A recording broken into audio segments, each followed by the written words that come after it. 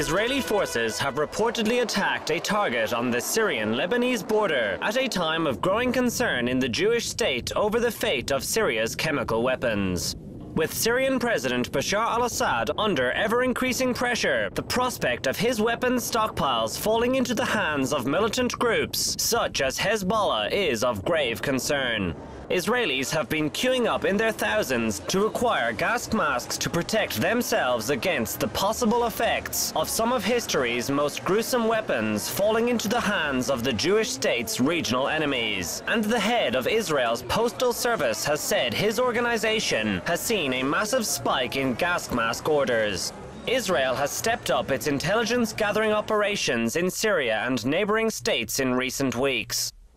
If there's a threat, an immediate threat, or if there's rocket fire, then obviously Israel has the right to defend itself. But in order to defend itself, it has to know exactly what's happening in Lebanon, and hence the need for intelligence, which is gained usually by high-altitude flights, photographing and monitoring the extent to which weapons and missiles are being introduced into southern Lebanon.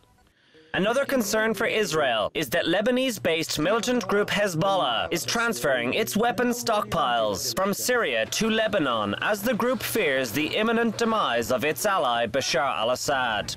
Were the weapons to be moved from overground sites in Syria to Hezbollah's advanced network of underground tunnels in Lebanon, this would leave Israeli intelligence in a situation of looking for a needle in a haystack and being less able to predict attacks on civilians in the Jewish state. In such a situation, Israel would have a right to defend itself, even to anticipate the use of such weaponry, but it would have to be very clear that it's going to be directed against Israel. But just moving such weapons from one place to another so that various fighting elements within Syria don't get their hands on it, I don't think this is sufficient to justify Israel seeing this as a direct threat against Israel. Israeli Vice Premier Silvan Shalom recently commented that any sign that the Syrian regime's grip on its chemical weapons was slipping could trigger Israeli intervention.